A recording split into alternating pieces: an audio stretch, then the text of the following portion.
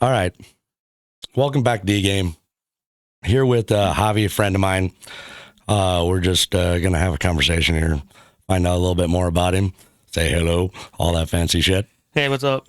So we're going to find out about him and talk about some fitness later, but I just want to get some background on him, for you guys getting an idea who he is. He's going to be somewhat of a co-host, and he's going to be down a lot, and we're going to talk about some shit that we probably shouldn't be talking about, but we're gonna enjoy every fucking minute of it.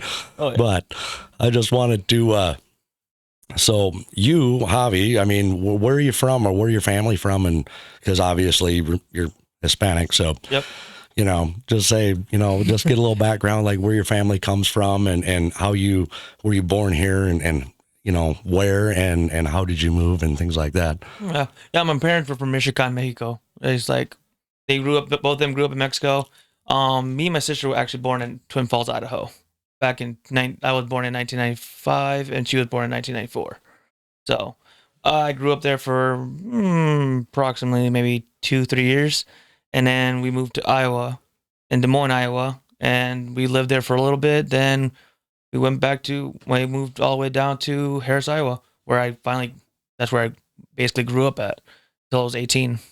So you get, it must be a hell of a difference from being from, Mexico and then Iowa. Yeah. What the fuck? I mean, yeah. Basically, my parents wanted us to have a better life.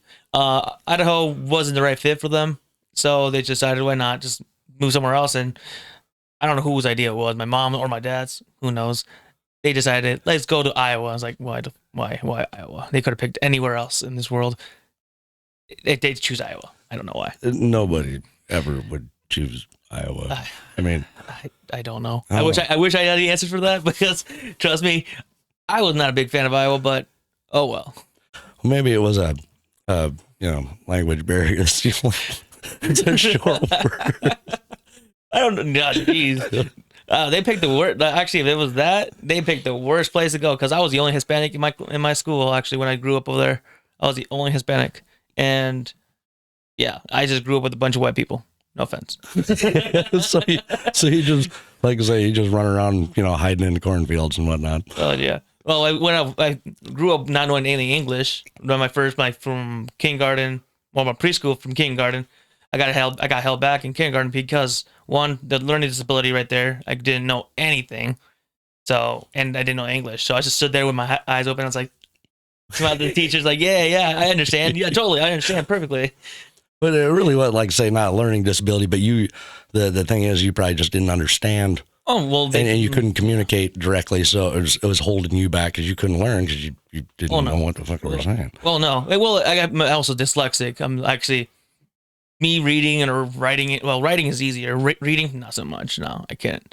Reading out loud. Now I can read in my head, because all I did was read audiobooks up my entire life. So sit there on a computer screen. That's all they did for me when I was growing up. Just sit there, look pretty, listen to what they're saying, and that's it.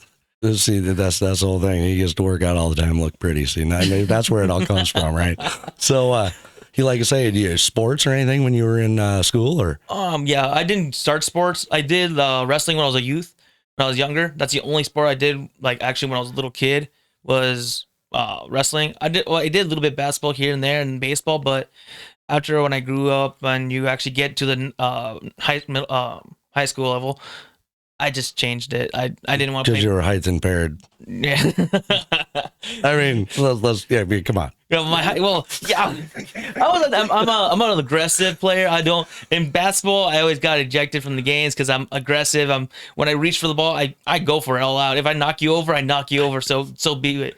But I was always aggressive with it. So wrestling was one of the best things for me. And then once I won my freshman year, football was one of them, because I never used to be a youth football person or anything like that. But football and wrestling, and then later on soccer was one of mine. The 3 main sports I did. Soccer. Oh yeah. Obviously, right? I'm not gonna go there. Oh yeah, you're about to. No, we're not gonna do that. That's like, wow, man, what the fuck? No, what are the odds, right? What are the odds? Soccer, man. So we have So, like I say, growing up, you know, the cultural difference, we just say, because you know, didn't know the difference between football and basketball, you'd tackle people. So, I did a lot of slide tackling on the basketball court, man. Come on. so, so yeah, I mean, obviously, when you were younger, I noticed, like I say, you're obviously very fit right now. Yeah. So it's, you know, when you were growing up, you know, we've had conversations before where you weren't always this Oh, fit. no. So you Oh, was no. a little on the, let's say, chubby side. Oh yeah, I was growing up, my mom always let me eat whatever I wanted. Like I ate a shit ton of junk food. I didn't care what it was. Actually my mom had to actually hide the peanut butter from me because I made like peanut butter sandwiches, not gonna lie. I used the big jar. I used half of the peanut butter in one sandwich. And a big glass of milk with it too. Just Oh my God. I became a chubbier kid and like I just it was not healthy for me. I was not healthy at all when I was growing up. No, and like I say, there had to be a point. Like, was it, you know, when you got into junior high or something? There had to be a point to where either somebody was saying something, or you just didn't like the way or what was going on. Because everybody, I mean, we're dudes. We get teased and fucking harassed about everything nonstop. Oh yeah, no, it was basically a mix between getting made fun of. I was a fat kid, and what my parents telling me shit like me being fat. They gave me the nickname gordo, means fat. And just being rejected anywhere. Like if I asked a girl out, I got rejected because my appearance. I was a fat kid. Obviously, they're not gonna go after a fat kid. And I just wasn't that active at all. I was just basically I was strong. Don't get me wrong. I was farm strong, but I was nowhere near any fitness. It didn't start until my freshman year. That's when I started collected in. I had enough. I had enough of the bullying. I had enough with people saying shit about me, and I just changed it. I can't do that anymore. Well, and then like I say, somewhere around that time, I believe we had a conversation before about where there was you know, you idolized someone, you know, and that was what kind of started. You're like, holy shit, you know, I want to be like that. Or Arnold Schwarzenegger was always one of the biggest things I've seen on TV. Like his size is unbelievably huge. Like he was a big guy. You can see it from back then to now. There's no resemblance. There's no comparison. But there's also another fitness people out there like I want to be like that. I want to be fit, but I also don't want to take the easy way out. So I just commit myself to doing what I can and doing the best that I can with fitness and learn anything I can about it. Well, a lot of them, like say, I mean, let's just be real. I mean, you're in the industry. I'm not, you know, but we all kind of have that.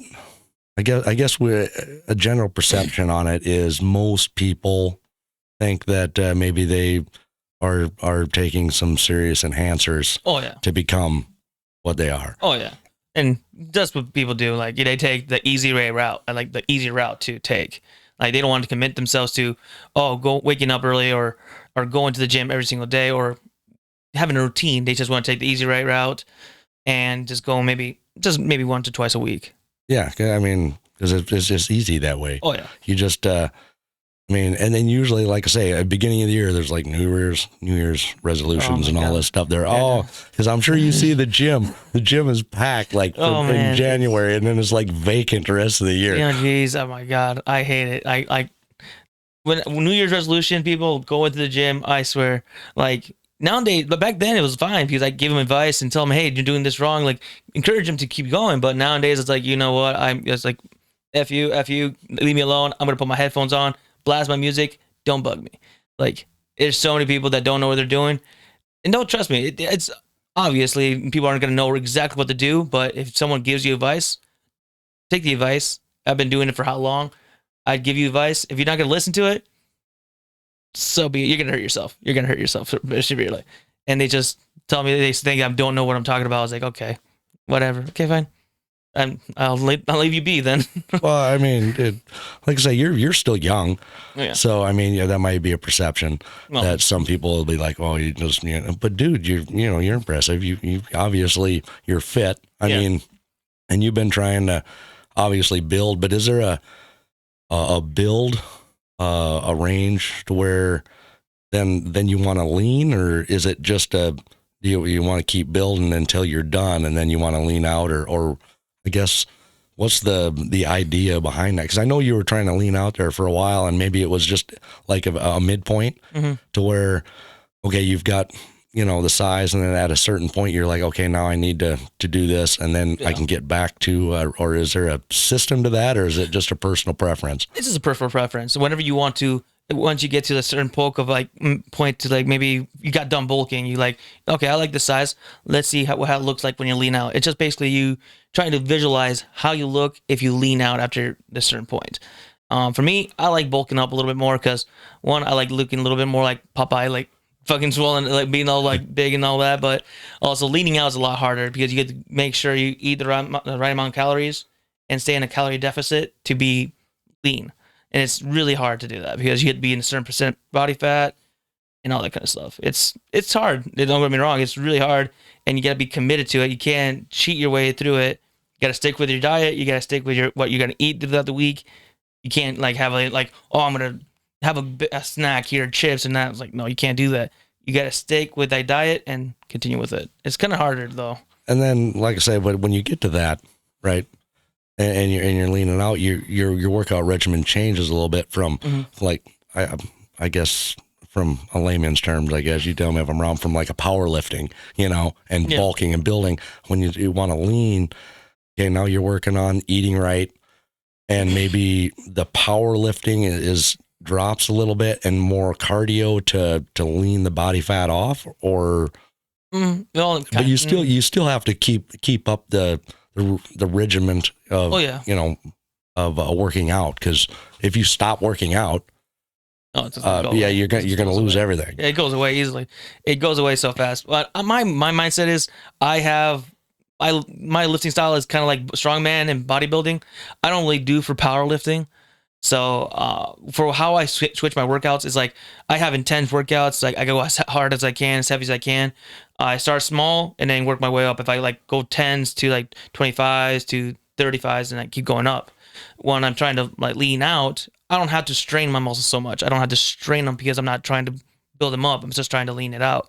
So instead of going like low to high, I go high to low. Oh, okay. Yep. That makes sense. Because you don't need to burn. Like when you're like building muscle, you want to like feel the burn. You want to feel tired. You want to feel your body shaking after you get done with the rep. You feel your body shaking a little bit. Like you're just sitting there resting. Your rest period is like, God, I can feel it. I can feel it in my arms. I can feel the pump in my arms. All the blood rushing through my arms when I do arm day. As it's like my arms are shaking because I'm like doing something with it. And so that's why I do from high to low when I start to cutting, because I don't need to have that much blood flow. I just need to stay constant with my workouts. So maybe we're talking the worst everybody always says, leg day. Yeah. Well, don't get me wrong. I enjoy leg day, but the thing is, I don't enjoy it as much because after I tore my ACL in high school, my senior year of high school, I tore my ACL. So that being said, I can't do as much as I used to. Like I used to be able to squat like 500 pounds. And I was able to deadlift maybe 6, and it was been fine. That was my peak of my leg days lifting. And it's like me in college, I was able to do it somewhat, but ever since my surgery, I lost a lot of leg strength. I lost a lot of mobility in my leg because of that. Having ACL surgery, I have ACL surgery twice in my lifetime. So. That doesn't sound fun. Oh no, I'm gonna have to have an ACL surgery again because right now I'm walking around with no ACL. I've been walking around with no ACL for like around 2.5 years.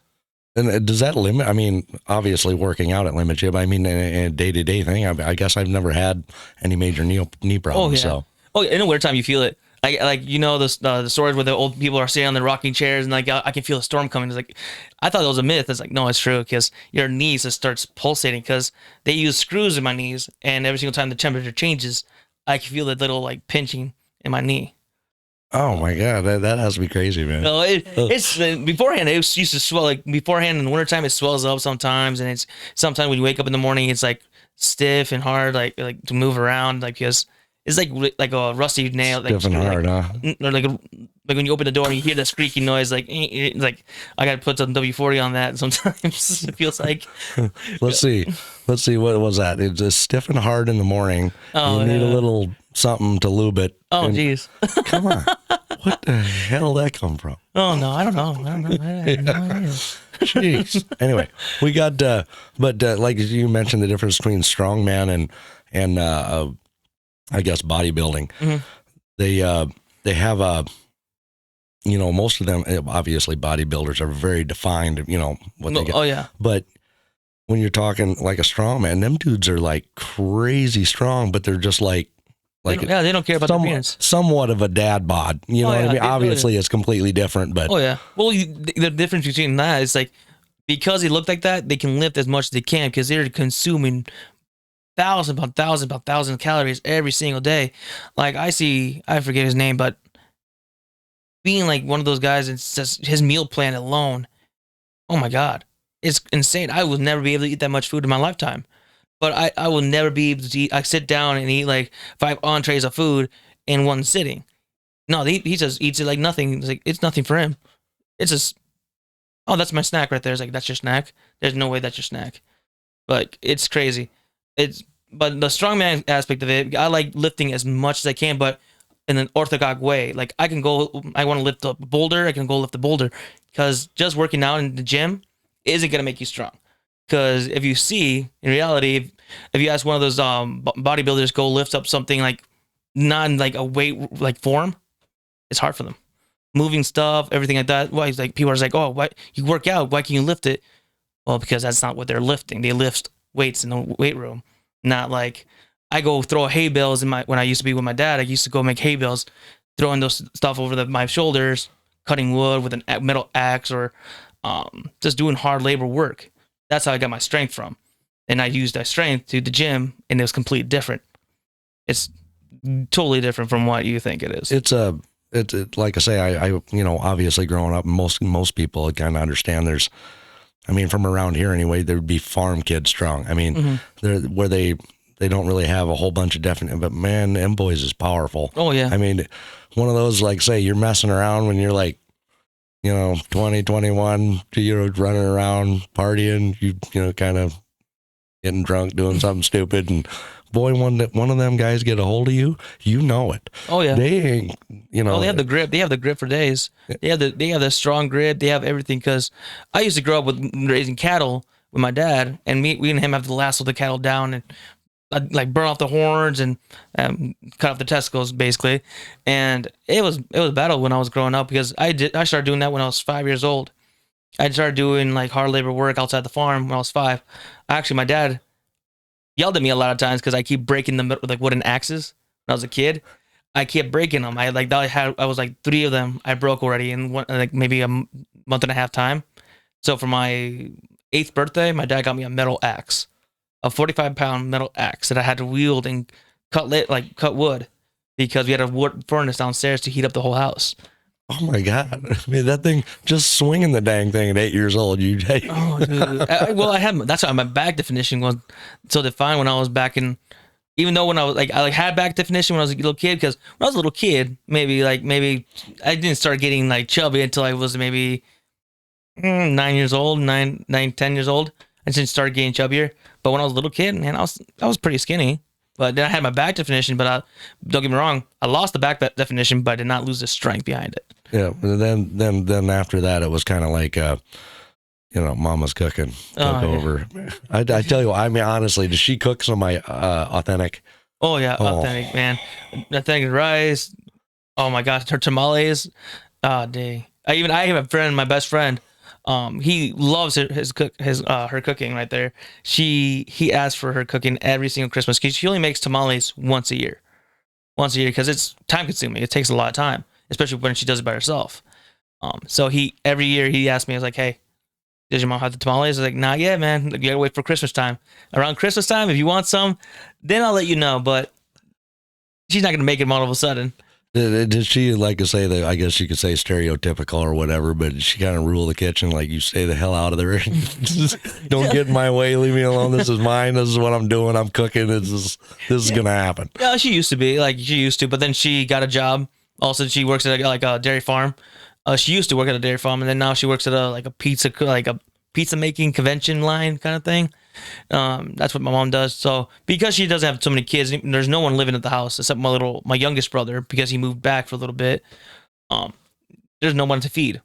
Well, yeah, It's just me, my dad, her, and my dad. So younger brothers. I mean, come on. I mean, it's just a baby. oh, we get it. oh Come man, on. he's a troublemaker. Both of them. I have three siblings, one older sister and two little brothers, and then I have a half brother that's has passed. So I used to have an older brother, but not anymore.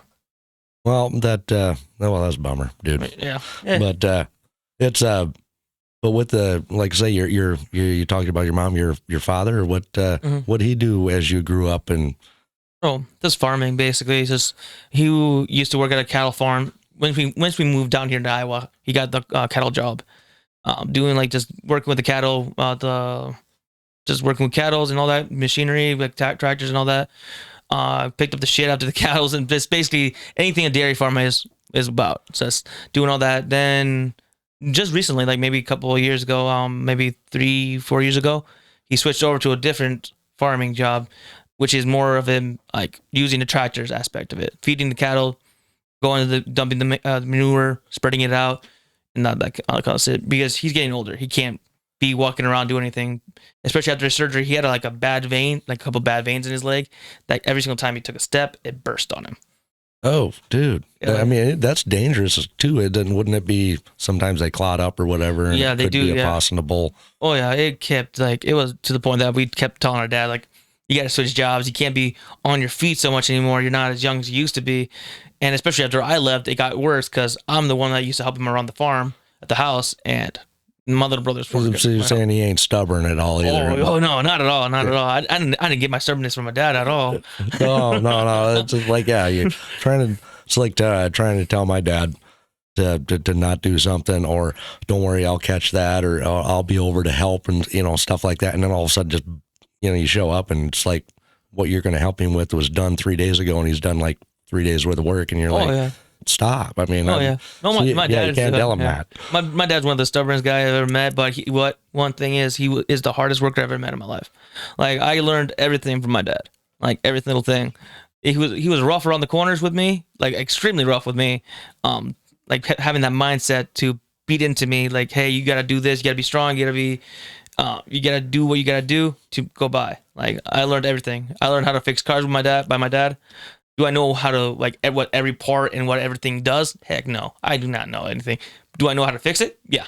Yeah, everybody's going to have the general, idea of, be able to do stuff. That's what dads are for, I mean, like, obviously, the same as you, my dad taught me how to be a man, which when I was like 14, maybe didn't go over really well, you know what I mean? But yeah, we had some I guess you could say firm lessons. I know, yeah. Very firm. Very direct lessons. Oh, yeah. That the last, they didn't last very long.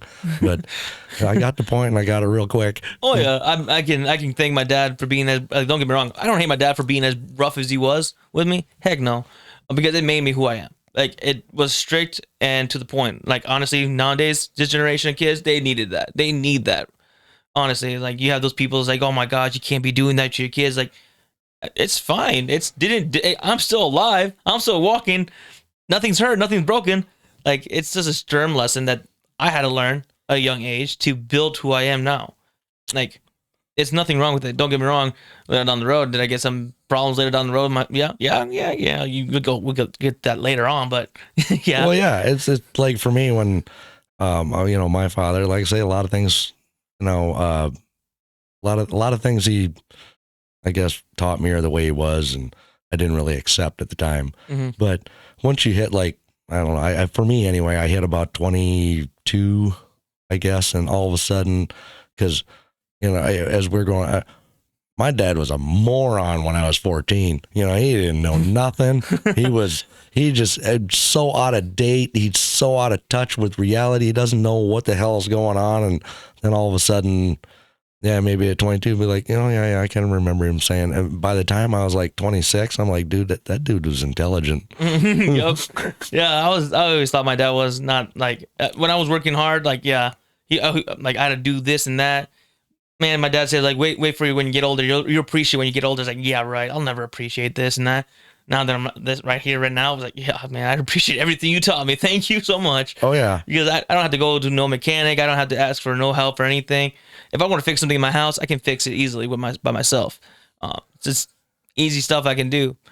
It was like for me, even my father, I remember it was, heck, I was probably, mid 30s. And he just called up out of the blue one time. And, it it was kind of strange, because usually isn't around the, you get a pattern, guys, we don't talk that much. So, no. You know what I mean? It was just like, what the hell? So I'm talking to him and a little bit into it. And he's like, well, I just wanted to apologize. I thought maybe I was a little hard on you when, you was growing up. Dude, if you only caught me for like 10% of the crap I did, you know what I mean? I'm like, I got off easy. You have no idea, man. I deserve 10 times more, Oh man, I never got away with nothing. I couldn't get away with anything with my dad. Well, actually, I can't say that because I actually, I started drinking maybe at the age of 15 because I kept like I was curious when my dad was drinking when he drank Coors Light. Like right now, I will never drink Coors Light again in my life. But I was curious, and it was like I tried it. And it was like at first I was like, "What the heck? Why is he drinking this? This is garbage." Because I'm used to freaking pop and Gatorade and Monster. I'm used to that kind of stuff that like has flavor to it. This one had no flavor to it. It's like okay. Then I kept taking some, going up, climbing the tree, and just sitting back on the top of the tree and just drinking the beer. I was like, okay, I can deal with this. I can deal with this. And then later on, I got into a cigarette. So I was like, I'm curious why my dad keeps smoking. Why is he smoking so much? Like, what does it do?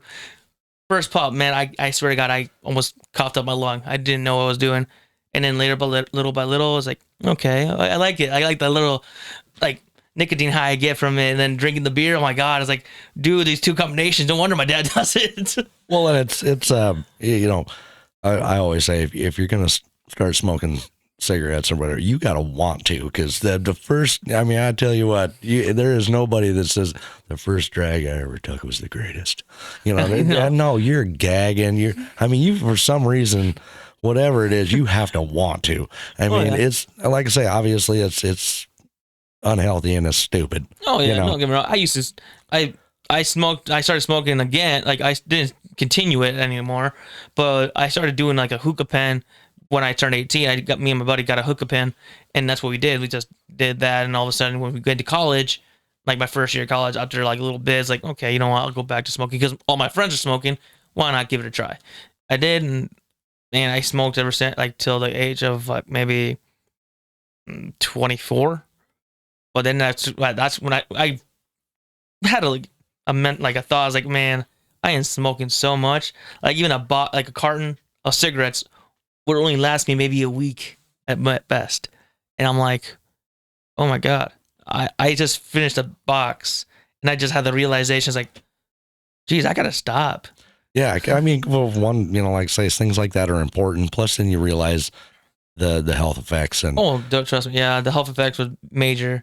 My lungs are, don't get me wrong, they're not damaged, but they have significantly changed from when I was smoking to now. Like they're a lot better than they were beforehand.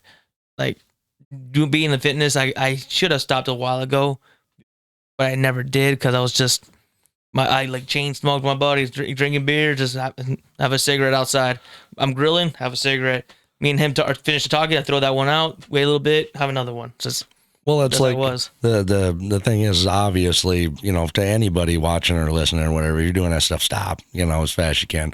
I mean, I'm hypocrite, but it's, you know what I mean? But it's not I a get good it. idea. It's not. No. And it's like I say, because when you do stop, they say anyway, the studies and the things that they looked at, when you do stop, it does, your body repairs itself to a certain point. It doesn't mean that you're not going to still have serious health effects or cancer, God forbid, or anything like that, because things that are already in your system. But at any time you stop, or the earlier you stop, the better it is, because it's your body will heal itself. I mean, it's like me trying to run a half a mile now, I can't do it.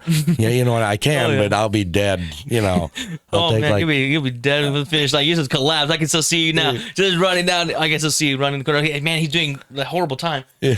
Oh man, he's knocked out. He's knocked out. Okay, he's not gonna finish. He's not gonna finish. That's when you have to turn around and say, "All right, guys, we gotta go pick him up." What happened to him? I was like, well, he passed out in the 5 minutes in. It's like, oh, jeez. Yeah. So it's but the like if I did now, let's say a year from now, after a year of not smoking or a year of not doing that stuff, okay, it's a lot easier for me because my body is repairing itself. Mm-hmm. Everybody has a different effect. Everybody's body's different, so don't count on this. Just the best advice is to just quit and not deal with it. And there's plenty of other things to waste your money on. We're good at wasting money. So. Oh yeah. Well, now I switched it from smoking cigarettes to vaping, so it's not too much of a big difference, but it's a lot better for me. There's nothing out there. There's people saying there's things out there that saying vaping is bad. It's not entirely bad. Nicotine is not good for you. That's the only thing that's not good for you is nicotine. And that's the only thing I can think of is nicotine. But other than that, I never had any problems breathing. My breathing's not bad like it used to be when I woke up. Man, I had cotton mouth all the time. My lungs, every single time I took a deep breath, it kind of couldn't take a deep enough breath. Nowadays, I'm fine. I can run perfectly fine. Well, not perfectly fine. I can't run perfectly fine, but I can still do some things here and there where me having cardio here and there. I can still do it perfectly fine and not be extremely exhausted or winded because of it. It's that. So when you're, like you said, you were talking about, your father and being able, because like I say, this is a show for guys. We're trying to. Do you like I say, you learned a lot from your father, having him around doing this stuff. Oh yeah. Now, I see it a lot. I'm just asking if you see the same thing.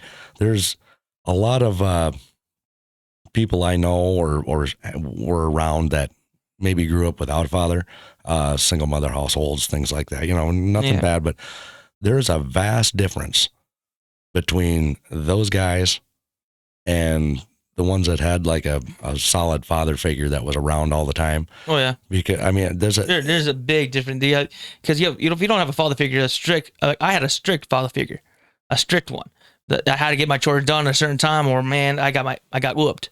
If I said, oh man, I don't want to do it, I want to be lazy, I don't want to do it, complain about it, I got whooped. Man, I got my ass handed to me countless times because I didn't want to do something, but was forcefully had to do it. Did it change who I was? Of course it did. It made me into a man I'm a hard worker now. I will outwork anybody else. My mindset, I will outwork anybody and do my best to it. And that's the knowledge my dad put him on me. Do the best you can, bust ass at it, and just keep working hard. I think there's always, when it comes to things like that, there's always a aspect of where it depends on what age you're at, you're kind of bitter about it, and then at a certain age, you're like, this is the best damn thing for me. You know what I mean? You're like, I got so much and none of it mattered. None of the stuff I thought that mattered. No, this is horrible. None of that mattered because what the knowledge and I guess leadership that you got to learn what a man is and what a man has to go through to become something in this world to survive is, it's priceless. Mm-hmm. Oh yeah. Like I didn't really think about it until after I left the household. After I turned 18, I went to college and I was no longer around my family anymore. My dad, my mom, my siblings, it changed. I was like, okay, my little hamster kept going around my head. I was like, man, everything he said makes sense. Everything he taught me, everything I knew about life. Yeah, it makes sense. I never believed it until then. Well, yeah, because he was a complete moron when we're like 16, man. We know everything. Oh yeah. You couldn't teach me nothing. I was Einstein. That was me. And then, then when I hit about 25, I realized like, okay, I'm an idiot. And I need to really listen and what my father taught me and what he showed me. Oh yeah. And boy, my dad was a hard man, not so much as like, violence towards me and stuff like that. Obviously if I really screwed up, yeah, okay. But he was, I mean, the way he taught, oh my God. I mean, you couldn't get away with teaching a kid the way he taught me, these days. You would be in so much trouble. I mean, people would cancel you, you'd be done. But I mean, that was the best way to learn. Oh man, that's why people are so soft nowadays. Now you see these men out there, like they're not hard working at all. It's hard enough to find people that actually want to stay with a hard labor job nowadays. You can't find good help anywhere. Like when I used to work in landscaping, I couldn't find a single person to help me out. Like come in here, like, oh, good interview. We bring him out, and all of a sudden, man, he was garbage. It's straight up garbage. You can't push a wheelbarrow from this long of a distance, like from me to you can't push a wheelbarrow that far. It's like, man, that's not gonna good. You're not gonna last long. And there's nobody out there that can actually do hard labor nowadays because they weren't taught how to do hard labor. This is, oh my God, I'm just gonna play video games all day, and I'm gonna sit on my happy butt, ask my mom to bring me some food, and tell my dad I'm not doing it. It's like that's how kids nowadays are growing up to. It's like they're not used to the hard labor. They're not used to the rough parenting kind of aspect of lifestyle. Whatever people are saying, like it's wrong. It's not wrong. Well, everybody's got. It seems to. I mean, general society seems like the either there's not a 2-parent household, which that's more and more throughout the year. But it's like how can you say it? The family aspect is everybody's the parents are too busy. They're not too busy, but there's too much into their own thing to even. I mean, the kids not even paying attention to the kids. Yeah, not to even pay attention to their kids any long. And then there's those people too that they don't have enough. They say they don't have enough time for their kids, and then their kids miss out on what should be a good lesson for them. They have nobody. They rely on. They can't. If they're the single kid, also they have nobody. Now, no older siblings, nobody else. Like they have nobody. That's kind of household that nowadays also are coming around. It's like, we're too busy for you. We gotta go and run errands, or we gotta go on a business trip, or we gotta do this and that. They don't have enough time for them. Well, yeah, I mean, and don't get me wrong, I'm not trying to get down on everybody, but I mean, we see it more and more, and then we see the product of what's coming out of it. And by the way, everybody, like and subscribe to the goddamn channel. This is, fucking give Javi some love, right? Give him some love. So anyway, just watch, subscribe, make sure we're good, like the damn video, because we got it going on. But it's and thanks for sticking with, because I've been having technical difficulties, but I got some new software now, and I'm not going to be able to have it just poof done, but I got it. It's getting better. He's getting it slowly. Yeah, he's getting it slowly. Well, I'm kind of slow and old, so that's just the way it is, Technical decline right exactly. there. I don't run, but I'm steady like the turtle. I never fucking quit. Oh, hey, that's all that matters, right? Yes, that's all that matters. But with like say growing up, that's the difference between. Just imagine where you would be if you didn't have you know what I mean? I mean, the knowledge that, I mean, even in a harsh way or whatever the deal is, the knowledge, because I mean, men deal with each other different. Oh yeah. I mean, and a father deals with it's, I always say it's, I have daughters, but like for me, I mean, I can't, if I had a son, I mean, he doing something stupid, or whatever, you can walk up behind him and slap him in the back of the head and say, knock it off. Oh, yeah. Well, you can't do that with the girls. Oh, no. I mean, come on. No, I mean, that, so. It's different. It's different how you, like, even then, like, you treat your sons a certain way and then you treat your daughters a certain way.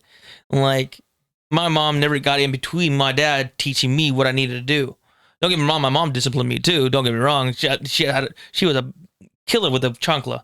Man, I was halfway across the room, and she chuck it at me, and she hit me point blank in the head. I swear to God, if I misbehaved, oh yeah, I was afraid of the chancla. That chancla is a real thing, people. It's a real thing. Beware of it. I swear. It was the most deadliest weapon in my mom and dad's arsenal, right there. Well, and it's like I say, a mother, kind of teaches you how to be a decent person, I guess. Oh yeah, you know what I mean, and have some empathy. And stuff like that. Maybe you have the nurturing and things like that. But when a boy gets to be about 12, 13, that's kind of when mom's just there to kind of, Good job. yeah, you know what I mean? And dad takes over, and then he teaches you how to be a man. Oh yeah. There, and that's what I kind of see is not happening so much. We're kind of getting, I guess, I'll probably get a bunch of hate, but it'd be the feminization of kids these days or boys these days. Because you're not wrong. You're not wrong there. It's just like, because if you don't, like you said beforehand, if you don't have a father figure in there, it's different. Is it tremendously different? Is it going to be different all the time? No. It could be some miracle right there, and that kid turns out to be a hardworking dude because his mom taught him. He wants to pay back his mother. You see those kind of things all the time. Like, I'm going to work hard to pay off my debt to my mom. Because I see a guy that's been working his ass off, and I say, okay, you're working hard. He's like, yeah, I got to buy my mom a house. I'm going to do that for my mom. She was the only one that raised me. I'm going to pay her back. I see that a lot.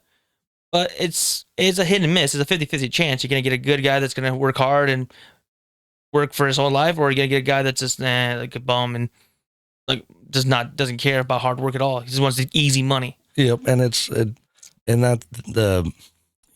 think it's it's not like I'm dissing on people that are raised in a single mother house. I mean, they have no control over that. You know what I mean? So, but just because you don't have a father figure around, I mean, it is not their fault. No, but you can really see the difference. And like I say, if they just look for somebody, maybe they have an uncle, whatever the deal, but at least look for somebody to kind of, being a man's not easy. Oh, no. You know what I mean? It's life is hard because nobody gives a shit about us. You know what I mean? Our feelings don't matter at all. Like, I grew up, my dad told me, hey, you do not let anybody see how you feel and truly feel or anything like that. You gotta be strong and strict with it. You do not let anybody see you down. Like, don't get me wrong. Is it easy? Heck no, it's not. It was not easy because growing up, man, I had so much problems going through my head. I had so much demons inside of me because of it. Like, man, I have so many things that I had to work on myself. Growing up, you never realize that's one thing that they never did. My dad never did teach me how to control. It's like how to control my inner demons. And because he's always told me, just put it away in a box. Put it away in a box and don't open it. Well, that box, it crumbles. That someone pokes at the bear, and it's like, it's going to come out, man. I became a real big asshole once I turned like from 20 to 23, 24, because I got into fights all the time. Like, I got into so many fights that probably could have gotten in trouble once or twice here and there, but I never did. But because of I had severe anger issues, I just didn't care. All I saw was black and red. When someone pissed me off to the point, I just went all out. And that's one thing my dad didn't teach me. No one could taught me how to do that. No one, for us guys, you guys never learn how to control your inner selves. That's something you have to deal with. It's the deal of I always think of or say that men have to control their emotions. They do. I mean, we all have emotions. Oh yeah. But we have to control them. But most of ours, I guess, if you're going to say, comes out as anger. Oh yeah. Or aggression. Oh yeah. And if you can't control them, and be able to be somewhat stoic about things, then all you got to do is look at the prison system. Most of them people up there are in jail because they were emotional in the moment and did something. Oh yeah. So for a man being to deal on an emotional level has serious consequences. Oh yeah. So that's how men have to learn to control them. Oh yeah. Yeah, you have to do it by yourself. You have to do. Yeah. Don't get me wrong. I didn't take it that way. What I did to help myself out, and this is just me. I don't know if no one else has to do the same thing, but I finally had a breakthrough because I did something stupid, and I figured out like, hey, I can't keep doing this. I gotta flip the switch or do something different, So I went to get help. First time in my lifetime that I actually admitted I have to get outside help from somebody else. So I went to counseling and therapy, and I just did all that, and I did it for a whole year and a half, and it did truly help me out. I can control it a lot better now, and it changed who I really am, like my personality a little bit, because I'm not as angry at the world as I used to be. Like someone could say one thing to me and I could deck them in the face because they said something that I didn't like. No, I'm not like that, because I just look at them, smile, and say, okay, I don't care. And that's, like I say, that's a good thing, because, honestly, it's hard for guys to ever, I guess, swallow the pride and go do stuff. But it's a good thing. People need it. People that do need it need to go get the help and take the advice to actually talk to somebody. And there's a lot of things going on, and men for the most part are kind of hated, Oh yeah, because of it, yeah. For everything, what I mean, throughout society today. The whole blame goes on us, because we're the assholes. We're the main problem of the situation. We're always the main problem. There's no ifs or buts about anything. We're just the problem. It's the in thing to hate, man. It really is. I mean, it's okay for everybody to do it.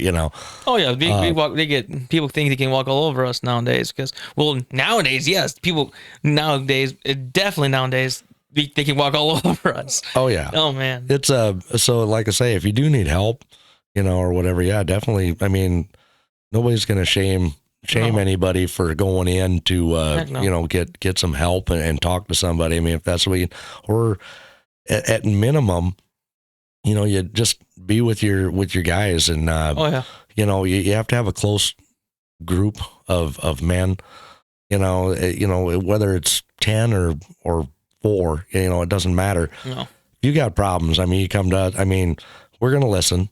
We're going to pay attention to what you have to say. We're going to give you real advice, because we probably dealt with the exact same thing. Yeah, we'll point you to the right direction with that kind of stuff.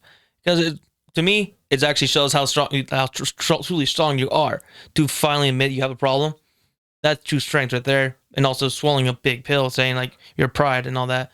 But it doesn't really matter. If you're going to confess to it, go for it. Because you can only help yourself you can only help yourself in this situation. Nobody else is going to help you out with it. No one else is going to go out and give you a hand like, hey, this is what a pamphlet saying, no, this is the steps you need to take. No. Go out, take the first step, get the help you need. It's a big pill to swallow, but it's helpful in the long run. You have a better life, a better mindset, and then all the stress and whatever you have a problem with, whatever problem you're dealing with, you'll feel like the weight lifting off your shoulders.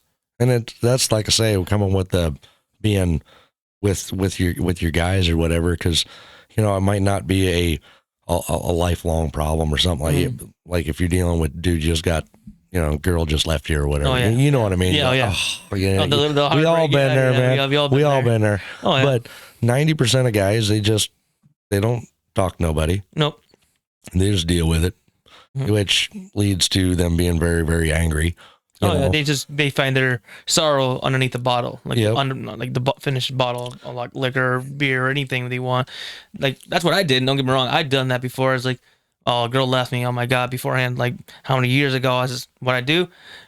I had a relationship for 3 years. What did I do? I just went out and partied from 20 to 23 years old. I'm 24 years old, man. I'm just out there partying. I actually lived in a place called Trap Avenue. I know, I can guarantee you a lot of people here around Sioux Falls know the Trap House. I lived in that place, man. We threw parties every single day. Friday, like even during the weekdays, we sometimes threw parties, but the weekends, Friday, Saturday, even Sunday sometimes, we were raging. Like half my paycheck, because I was just like, I was over life. I was just over it. I didn't care about people's emotions. That's when my true self, like my other self came out. I didn't care. My feelings. I don't care about anybody's feelings. I don't care if whatever anybody has to say to me. I'm just gonna have fun. I just drank every single day, basically. I said, and the weekends, waste half my paycheck, buy the alcohol. You know how bad it is when you go to Booze Boys, and the clients know who you are. The customers, like everybody knows who you are. You go in there, it's like, you're back. It's like, yeah, I'm back. To go pick up another 40. Yep, that's you know you're probably at that point. You're like, let's think about this. Obviously that's the light bulb going off. But I was like, I heard about light bulbs. Like, nah, just ignore it. It's just like the snooze button. You just ignore it. It's like, get away. I'm having fun. I'm having fun. But it's a real deal. I mean, like say we don't. you know, there's a lot of people I've seen over there, you know, for guys and stuff that deal with a bunch of, you know, things like, you know, Yeah. and nobody really cares. I mean, even their some of their so-called friends, you know, or some of the you know what I mean. They're not, they don't care. You don't I care. mean, You just find, okay, don't get me wrong. You will find when you're like, when I was out there drinking, I did find my group of friends. I did find the people that suit me, because my friends, man, they're blunt and honest to the point. They don't care if they hurt my feelings. They're just blunt and honest and to the point. And I love that. Don't sugarcoat shit with me. Don't sugarcoat anything. Like, if I'm messing up and or doing something stupid, tell me. Like, I've done stupid shit that one of my buddies sucker punched me so hard in the stomach. I fell on the ground. It hurt. Like, they're blunt and honest and to the point. Like, I found my group of people there. I really think it's you know, that's a thing, is if you're, as a guy, you know, just if you're going through something or whatever, or had gone through something, and let's say you went and said something to one or two of your buddies or whatever, and they didn't give a shit, they didn't tell you anything, you know, they were just like, don't worry about it and move on. They're probably not your best friends. You know what I mean? You probably need to find somebody else to bring into your group to be able to actually, because dude, men need to talk. I mean, we do. Yeah, we do. We can't just hold it in all the time. You know, we grew up trying to hold it in all the time, and that's when the problems started happening. When you grow up, you're like, fine, yeah, I'm thankful for my stuff. You know, I'm thankful for all the lessons, but it does something to your mindset. You know, you keep building up and putting everything that happens to you, all the emotions and everything, just like in a Pandora box. Like, well, once that Pandora box bursts open, big chaos happens. That's what's going to happen to you. Like, you can't keep everything locked away. Yep. It's impossible. You can't. So that's why you have to have true friends, and I mean true friends out there to talk to, because they'll point you to the right direction. Like, they'll help you out. They'll point you to the right direction. They help you out with your situation and give you good advice. But at the same time, you got to realize, like, just what they say isn't what needs to be done. You can also help yourself out and, like, okay, take the knowledge, sit down, process the knowledge, what you learned, and just move on from it and get better yourself from it. And it's like I said, a lot of that is, you know, just trying to deal with so much going on. And like you say, you get that solid group of guys that, regardless of what's happening. I mean, we're not going to sit down and have like 5-hour conversations. We're guys. We don't do that. No. I mean, most of the time, you know, we meet up or whatever, we might like say hi, have 2 minutes of conversation, and then grunt and nod at each other the rest of the night. You know what I mean? We just, so we're dudes. That's what we do. But it's, but when something serious like that, you do have to have a guy sit down, you know, or your group or whatever, you guys just go out and have a beer in the garage or whatever you do. Whatever the situation is. Go do something, you know, go to like a smash room, you know, let the anger out, or go blow some shit up, you know, we good to get some guns, go blow some shit up, have some fun time with your bros. You don't have to just sit there and drink beer. We're going to be drinking beer, don't get me wrong, but just go have fun. Just get your mind distracted, get your mindset off your funk, and forget about it, and have fun with your friends. Guy, and have fun with your guy friends. And, then you turn around, like say it'd be the old Tim Taylor. If I could do man shit, you know what I mean? But and like I say, usually you go out and you do something like that, and then you know you guys are out doing your thing for an hour or two, and then finally somebody will say, "Hey, I got this shit going on," you know, and at least then the dudes are gonna listen. Oh yeah, and they'll give you practical advice. Probably not going to tell you how to fix it, you know, because you got to, as a man, you got to fix your own shit. But they're going to tell you what not to do, you know, and they're going to try to get you in the right direction anyway. They're going to make sure you ain't going to slip, but they're going to hold you accountable, you know. Oh yeah. For any guy out there, the best thing, and I can tell you right now, this is why also one of the reasons why I started working out. Go to the freaking gym. That's the best thing that's ever happened to me. I just continually went to the gym, and that's honestly when I got the biggest I've ever gotten, the strongest and the biggest I've ever gotten. If you have so much in your mind, your plate, distracted, go to the gym. Just go to the gym. Just work out, destroy your body as much as you can. That's what I do. Like I go if I'm ever have like a funky day or my mind's not in the right place, bam, I already know I'm going to the gym. I work out 10 times harder than I used to normally do. Man, I go out there like my arms are dead. When I come back from arm day, my arms are like noodles. I can't barely even pick up my water bottle. Like, okay, I can't do that. Go work out. Go exert yourself. Then you like that's the best thing they can ever do for you. Like do something else. Like even if you're not with your homies, get your mindset off of it. Do something. Working out help me out. Even for some of you nowadays, gaming will help you out. I don't understand how though, because I want to check the controller every single time I lose. Yeah. I think we all been there. But it's something to get distract your mind that you're not in that kind of funk or whatever you're dealing with. Working out helped me out. It pushes me to my boundary, my limits, and everything like that. Like working out is the main thing that ever always helped me out, no matter what. And well, you get that or any other deal is the main thing is just to somehow get it out. Oh, yeah. In a positive or somewhat positive. Don't be stupid. Don't be stupid and do something stupid. that you shouldn't be doing that's not technically legal. And don't be going and drinking and stuff like that. It's not really when you're in a bad situation. It's not worth it. It's not the type of thing that you're looking for. And especially like say, honestly, there's a lot of stuff like mainly this. Most of our problems come from women. Yeah, I'll just say it. I'm just going to be honest. Most of our problems come from women. So, if you go out and get like, dude, if your problem is a woman and you're going to go out and get like drunk and do all this stuff that you shouldn't be, that's unattractive to women. So you're killing yourself twice. Right? Yeah, it isn't going to do any good. You're not winning. You're not winning that situation. Oh man. Yeah, you're not going to win in that kind of situation because you're just making it worse for yourself. Like, you're going to be over there just trying, like, being drunk and all that, or doing something you shouldn't be probably doing.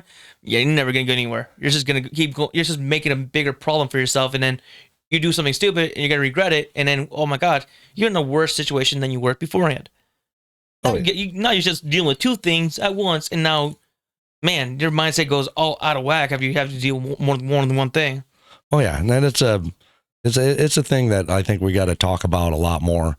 And I guess make it okay. I guess like you said, we're not trained, I guess, or raised as we're not supposed to be this. We're supposed to be stone. We're supposed to have a rock, like a heart of stone. Yep. No feeling, nothing. And that's fine. There's nothing wrong. That's true. There's nothing wrong. But when things get tough, we don't have to handle it alone. We have to go to our boys. Go to our guys. Oh, yeah. And you're going to sit down, you're going to, have a chat with them, whatever. And they're going to give you some good stuff. Now, a week later, when you're over it or through it, you're going to get some shit because we ain't playing. We are going to dog you for a while, Oh, yeah. But we're going to have fun with it. We're going to do it in a fun way. We're just, joking around kind of style. Yeah. That's what friends do.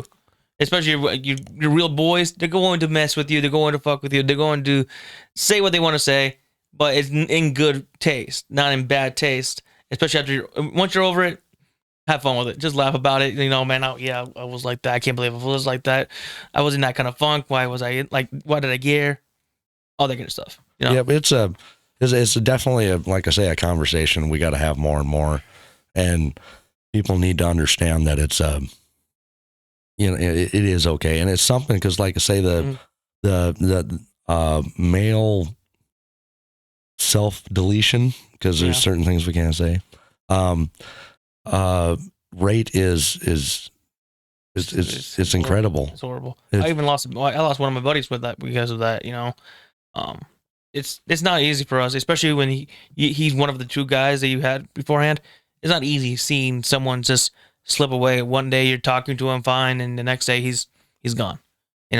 It's one of those things that you don't want to see. You don't want to keep seeing your friends, your friend group diminish because they didn't want to speak out. They don't want to tell you about it. They want to be a burden. Most of the time, we don't want to be burdens, and the majority of the time, heck no, we don't want to be burdens. We don't want to talk about it. We don't want to tell about it. And that's the biggest problem. And that's why the rate is so high for men, is because we grew up in my generation, and I guarantee your generation also, we just didn't talk about it. We grew up knowing not to talk about our feelings. And that's the biggest downfall for us. And that's why the numbers are so high. It's because of that reasoning. It's a horrible thing to see, but it's reality right now. I think there's a lot of things that tie into it. And that's why I want to have I want to have, even with, me and you, have bring some other people down and have a real show about it and really, really talk about a lot of things because there's a million aspects that go in it. For one, men are hated. Oh, yeah. Right? I mean, plus life as a man. Or garbage. Yeah, life as a man is not easy. Oh, no. It's rough. Oh, no. So if you think you're just going to float through your life as a guy, it's not going to happen. Oh, no. Expectations are high. And then also you got single mothers, households, not saying anything bad about single moms. Oh, no. Some single moms do an amazing job. They do. They like take the role of the father figure and they do an amazing job. But then there's other moms that they have to work themselves down to the ground to actually provide, and they're not there for their kid, and their kid becomes like not a good kid.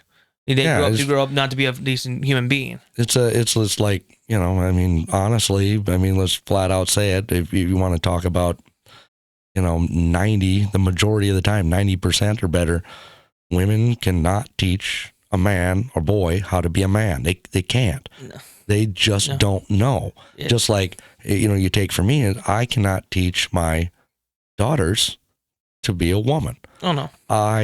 All I can do is show them what a real man is, a true man, and they have a basis to come off of. Yep. That, they, all the attributes that come from a man, maybe when they're going to look for, that they can say, oh yeah, this is, oh my God, this is what it is, but it's a hard thing because if you can't, and like I say, I'm not taking anything away from women, but they can't. They have zero clue what it takes to be a man because they don't even know. They don't even know that they're living life on easy mode. They don't have a slightest clue of what it takes and what we have to go through because they have privilege. To a certain point, you have to treat ladies right. You have to be nice. You have to be. Ain't nobody give a royal crap about us. But they can't relate to that. They have never had any of that in their entire life. So it's something, like I say, I really want to talk about because there's more and more. Like I say, if you get raised in a single mother household, not taking anything from single mothers again, but I'm just saying, if you're raised in that way, you don't know how to be. So when you're put out into the world, you all of a sudden, obviously you're a guy. Yeah. So men have expectations of you that society has a big expectation about men. Yes. Society has the giant expectation of men, hardworking. They have to do this and that. They have to have so much on their shoulders and all that kind of stuff, And like I said to you, maybe 90% to 10% of women that have are single moms. Again, nothing bad about that. But yes, the 90% of them don't know what they're doing, don't know how to have that aspect of a man figure there. But the other 10%, there is a slight percent chance that guy, she does take the role of the father and does do a decent job at it. It's not impossible. It's just not. It's not common. Yeah. Not common. I don't really see it nowadays anymore. Beforehand, I saw it maybe luck, if anything, a handful of times when I saw that because. And I think it really helps. Like I say, when you say that every once in a while there's some, I think a lot of that time, they obviously they're going to have to work their ass off. Oh yeah. Single women work all the time. Oh yeah. So they don't really have time, but they pull in maybe their father, the kid's grandfather, to be somewhat, or maybe their brother, or they have a male authority figure for him to relate to, I think that aspect really helps. Oh yeah, that aspect will help a lot too, having some kind of figure there. But sometimes nowadays, you never know. She could not have that And that's even more impressive. Also, not gonna lie, that's even more impressive if there is no even role model. The grandfather's not around. They don't have their aunts and uncles live far away. You can't see them anymore. Something like that. Something like that. And I see, like I said, it's very rare to see. Like maybe a mom just actually takes that big step and taking that role as that kid's father, like kind of a father figure and mother figure at the same time. And it sometimes comes out positive. Sometimes, not all the time. Like, Yep. And most, like I say, most of the studies and stuff anymore, they say, that they have or whatever is generally I don't want to say a bad thing, but it's going to come out bad. So here we go. Oh, geez. Oh, Here yeah. we go. Here I we was go. going to say it. So, generally not every, but a vast majority, if you're from a single mother household, Yeah. you're going to be a degenerate of some sort. Yeah.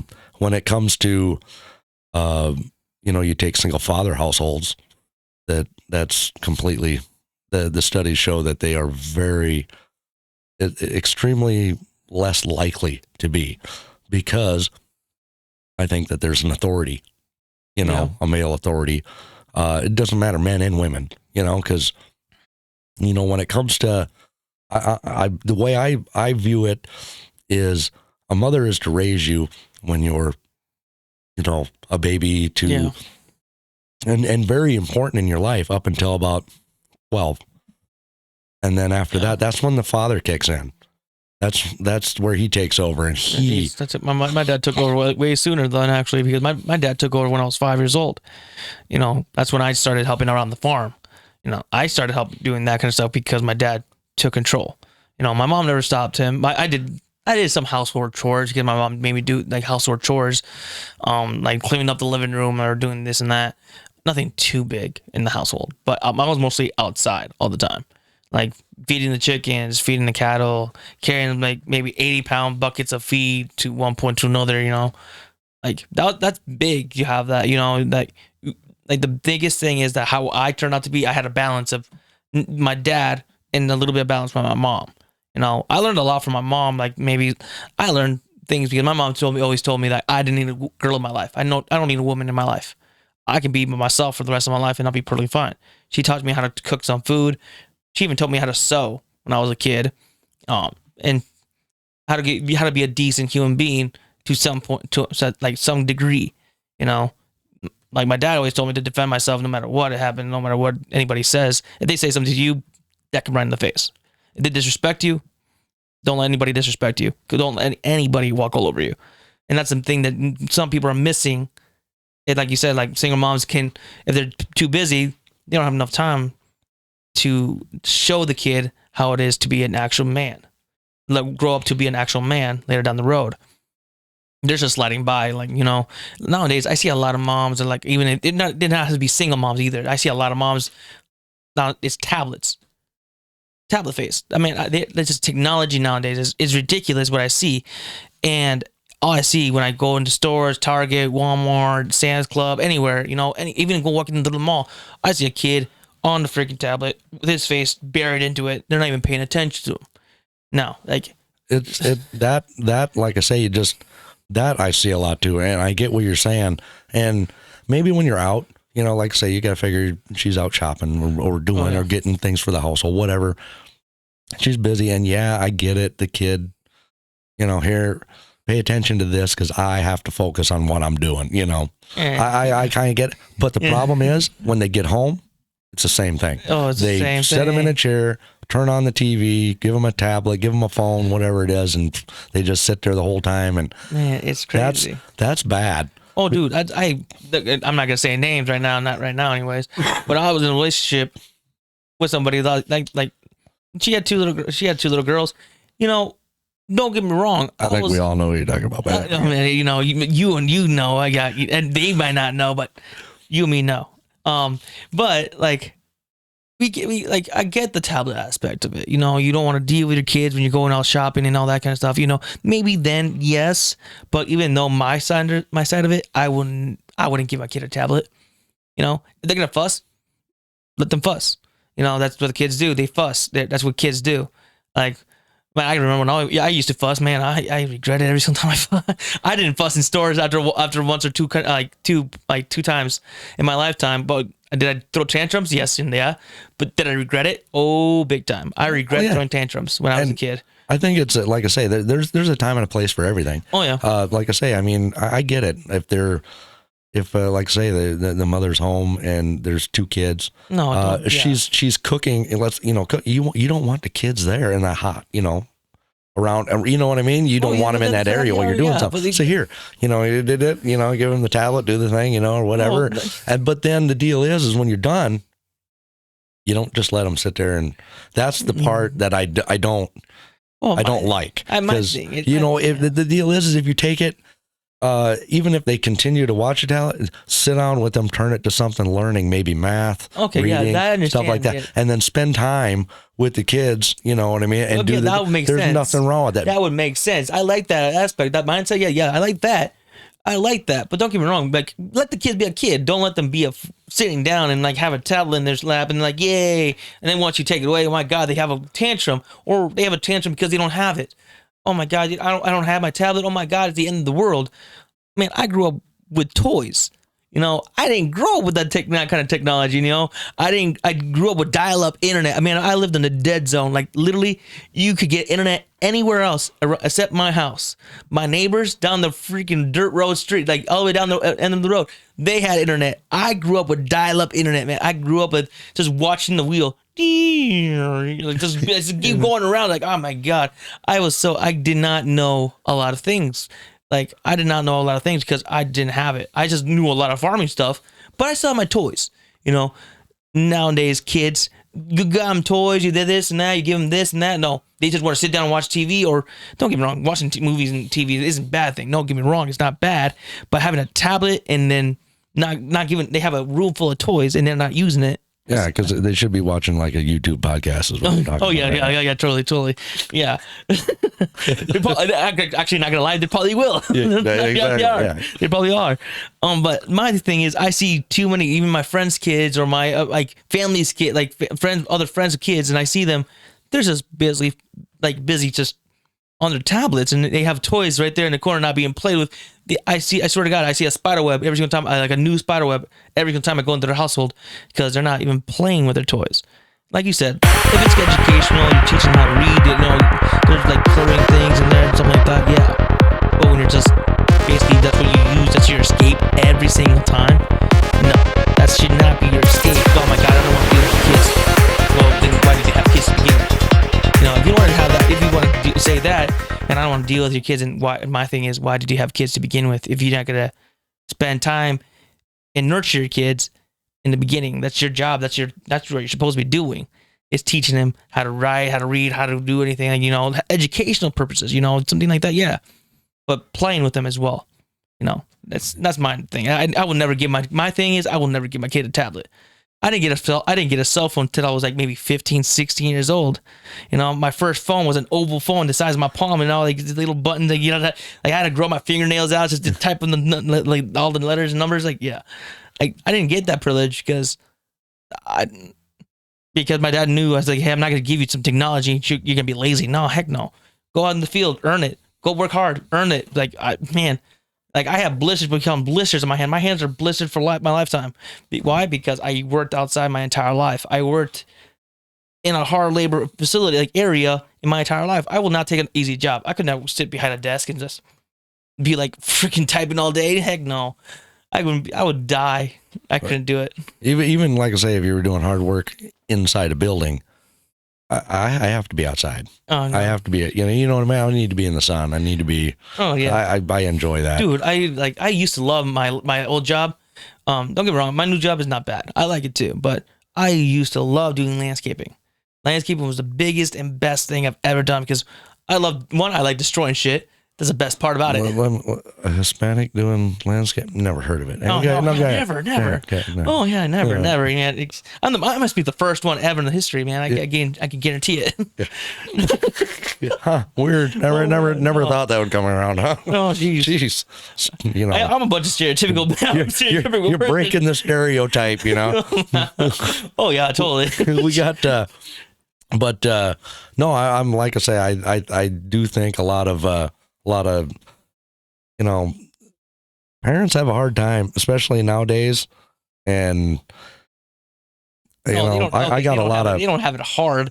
They have it. They take the easy route. That's the biggest problem. They take the easy route nowadays. They just don't know how to, because one bad parenting to another, it passes on. You know, you see what happens because they want to take. Okay, I don't want to. Wait, nowadays I don't want like to raise my kid like my parents raised me. You know, I don't want to do that. So they're gonna soften it up, and then it's like one time you and me talked about it. It goes up and then it goes back down to the normal way it used to be, you know?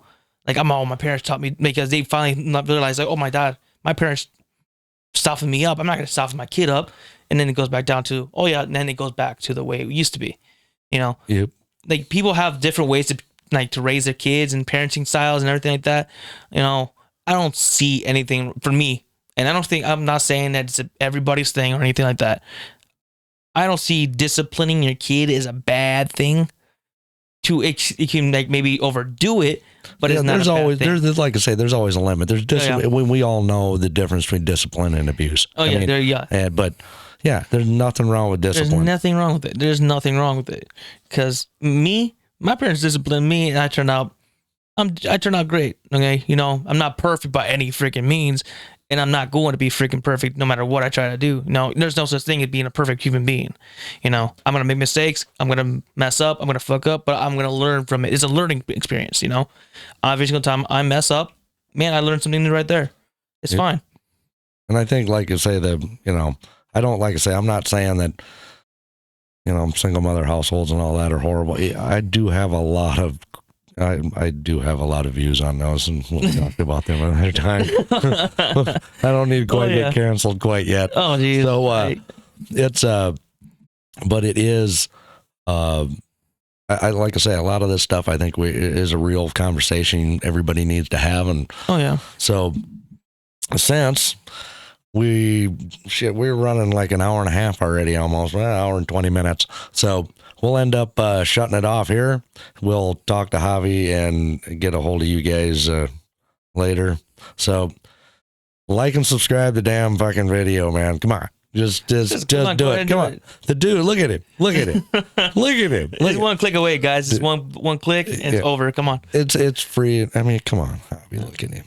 I know. I'm a cutie, man. We gotta feel sorry for him. Oh, all right, man. All right. So show him some love, man. All right. We're going to get out of here. Later.